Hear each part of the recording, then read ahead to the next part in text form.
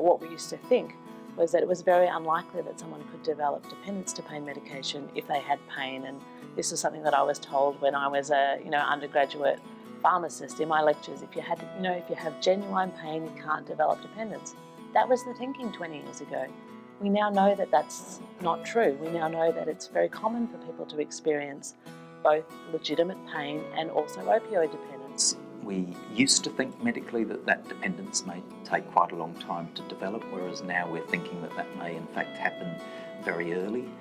Normally, the way our brains are designed is to get pleasure or reward from lots of different things, but what happens in dependence is that those nerve-brain pathways are hijacked by the drug, and so then my attention sense of pleasure narrows down to just gaining it from that particular drug, and that in fact stops what should be happening.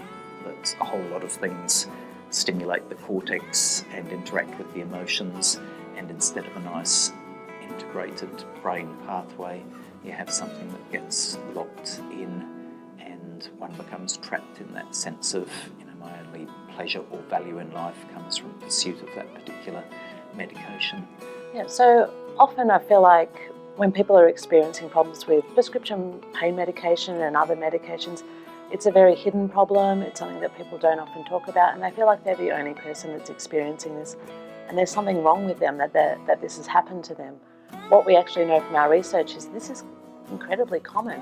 So for example, when we're looking at both strong opioid pain medications like oxycodone or fentanyl, or even medications that used to be over the counter like codeine, we see rates of around 1 in 4, 1 in 5 people who take these medications regularly develop problems like opioid dependence.